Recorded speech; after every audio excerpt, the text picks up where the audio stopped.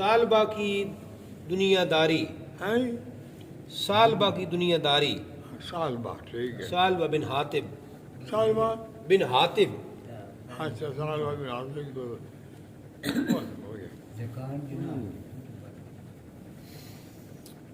سالبہ بن حاتب حضور نبی اکرم صلی اللہ علیہ وسلم کی خدمت میں حاضر ہوئے، عرض کی یا رسول اللہ صلی اللہ علیہ وسلم دعا فرمائیے اللہ تعالیٰ مجھے دولت عطا فرمائے۔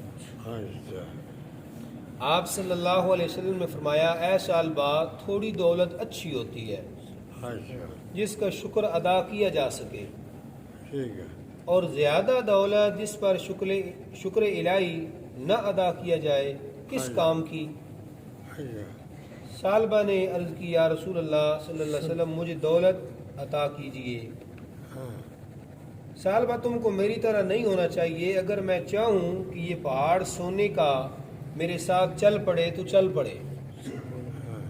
سالبہ نے پھر کہا یا رسول اللہ صلی اللہ علیہ وسلم میرے لیے دعا کریں مجھے دولت ملے۔ ہاں ہوں سارے سال بھائی جڑے ان بیٹھے سارے سال بعد اچھا جی مجھے اس خدا کی قسم جس نے آپ کو سچا رسول بنا کر بھیجا، مال و دولت کی وجہ سے جو حق مجھ پر عائد ہوگا میں اسے بجا لاؤں گا۔ اچھا جی سالبہ حضور نے پھر فرمایا تھوڑا مانگو جس کا شکر ادا کر سکو، اس سے زیادہ اچھا ہے جس کا شکر ادا نہ ہو سکے۔ اس نے پھر کہا یا رسول اللہ صلی اللہ علیہ وسلم آپ دعا تو فرمائیں مجھے زیادہ دولت ملے۔ آپ صلی اللہ علیہ وسلم نے دعا کی اللہم ارزقہ مالا۔ اس کے بعد چند بکریاں خریدیں، اللہ تعالیٰ نے ان میں اتنی برکت دی کہ سارے مدینے میں نہ سما سکی۔ سبحان اللہ۔ اس نام پہلو مسجد کبوتری مشہور ہے، ہر وقت عبادت وجراندہ عبادت کرنا مسجد اٹھے کدی نہ ایک دن دیکھو نا اللہ تعالیٰ یہ قرآن ہی ذکر ہونا ومنهم من عاهد الله لنا بعد من فضله لنصدقن ولنكونن من الصالحين۔ اچھا حضور علیہ السلام نے فرمایا کچھ سال بعد بڑا جناب ہو میں نے واسطے دعا کروں کہ میں نے اللہ تعالیٰ دولت دے گا، فرمایا دولت اتنی کرنی ہے، دولت تھوڑی چنگی ہوتی ہے نہیں، میں نے دعا کر کرنا والے رکھوں میرا سال ہے جناب میں نے کوئی دولت مل گئی میں بڑی میں صدقے کرے سا، میں بڑی میں زکوٰۃ دے سا، میں غریباً حامی ہو سا، میں صالحین میں بڑا میں نیک بڑھ میں سا۔ فَعَاقَبَهُمْ نِفَاقًا فِي قُلُوبِهِمْ۔ حضور نے دعا فرمائی اس کو دولت آ گئی، پہاڑ بھری گئے بکریاں نار، نمازیں بھی گئیاں، مسجد بھی گئی، چنگیائی بھی گئیاں، حتیٰ کہ ابو بکر صدیق ہاں حضور نے حضور صدقہ کیتا ایک باری، حضور نے وہ صدقہ بھی رد کر دیتا، فرمایا نہیں تو رکھو دولت بڑی پیاری ہے، یہ بندیاں ہنسی گزرا گو بات کے ساتھ پڑھو اللہم ارزقہ مالا۔ اس کے بعد چند بکریاں خریدیں، اللہ تعالیٰ نے ان میں اتنی برکت دی کہ سارے مدینے میں سما نہیں سکتی تھی۔ پھر وہ مدینے سے باہر چلا گیا، دن کو دربار رسالت میں حاضر ہوتا، رات کو غیر حاضر رہتا۔ اس کی بکریاں بڑھتی گئیں اور دور تک پھیلتی گئیں اور اسے بھی دوری ہوتی گئی، حتیٰ کہ وہ جمعے کے روز آنے لگا۔ اچھا اچھا جی ٹھیک ہے جب بکریاں اور بڑھ گئیں بکری زیادہ ہو گئی ہے تو حاضری بھی بھول گئی ہاں صرف جمعے سے حاضری ہوگا جی ساڑی جمعے سے حاضری ہوتی ہے اور ابھی کوئی نہیں ہوتی جب بکریاں اور بڑھ گئیں تو جمعہ اور نماز باجماعت سے بھی قاصر ہونے لگا۔ اچھا جی جب جناب رسول اللہ صلی اللہ علیہ وسلم نے کچھ عرصہ اسے نہ دیکھا تو اس کا حال دریافت کیا۔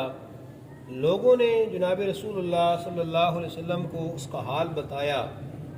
ایک دن فرمایا جب سال خدا تعالیٰ نے زکوٰۃ فرض کر دی ہے اور 2 آدمیوں کو مقرر کیا تاکہ اس سے زکوٰۃ وصول کرے۔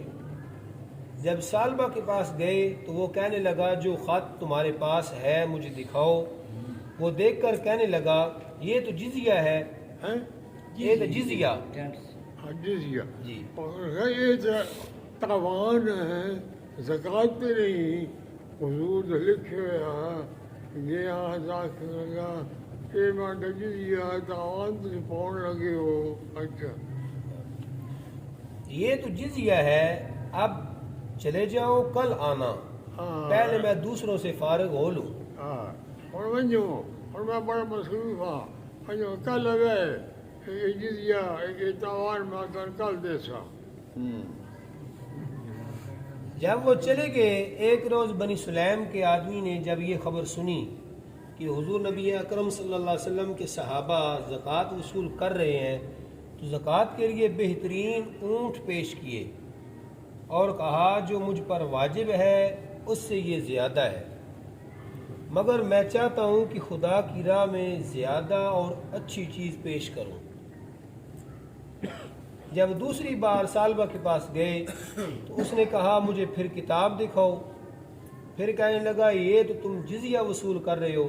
کتاب تو مراد وہ حضور کا فرمان لکھے گا زکوٰۃ واسطے۔ اچھا یہ تو تم جزیہ وصول کر رہے ہو، اب چلے جاؤ مجھے سوچ لینے دو پھر آنا۔ اچھا جب وہ مدینہ پہنچے تو ابھی انہوں نے نبی کریم علیہ السلام کو کچھ نہ کہا تھا۔ آپ صلی اللہ علیہ وسلم نے فرمایا سالبہ ابن حاطب پر افسوس ہے، اور آپ صلی اللہ علیہ وسلم نے مرد سلمی کے لیے دعا خیر کی۔ یہ مر گئی بنی سلیم نے جڑا بندہ ہے نا جی زکوٰۃ دیتی ہے وہ واسطے دعا خیر فرمائی۔ ٹھیک ہے خدا تعالیٰ نے سالبہ کے متعلق آیت کریمہ نازل کی وَمِنْهُمْ مَنْ عَاهَدَ اللَّهَ لَئِنْ آتَانَا مِنْ فَضْلِهِ لَنَصْدَقَنَّ وَلَنَكُونَنَّ مِنَ الصَّالِحِينَ وَبِمَا وَمَا كَانُوا آتَاهُم مِّن فَضْلِهِ اگو بھی ہے جی وَبِمَا كَانُوا يَكْذِبُونَ تک لکھی ہے۔ بخلو بھی کنجوس ہو گئے شوم بڑھ گئے وَتَمَلَّمَ عَلَمَا فَاقًا فی قلوبہم اگو بس وَبِمَا كَانُوا يَكْذِبُونَ تک آیت نازل ہوئی۔ وَمِنْهُمْ مَنْ عَاهَدَ اللَّهُ إِلَيْكَ سالبہ کی منافق ہو گیا منافق ہو گیا۔ اچھا جی سالبہ ابن حاتب کے عزیزوں نے سنا تو اسے خبردار کیا اور کہا سالبہ تم تو تباہ ہو گئے ہو، قرآن کریم نے تمہارے متعلق یوں فرمایا ہے۔ سالبہ دوڑا آپ صلی اللہ علیہ وسلم کے پاس آیا اور کہا یہ لیجئے میرے مال کی زکوٰۃ۔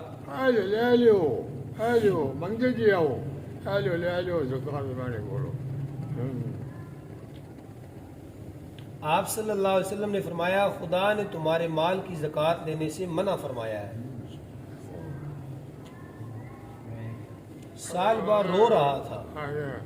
حضور نے فرمایا نہیں ہوں تو میں نے اللہ منع کر چھوڑا میں وہ کچھ نہیں لاڑا۔ سالبہ رو رہا تھا اور اپنے سر پر خاک ڈال رہا تھا۔ آپ صلی اللہ علیہ وسلم نے فرمایا جو کچھ تم نے کیا ہے خود کیا ہے۔ حضور نے اس سے زکوٰۃ قبول نہ کی۔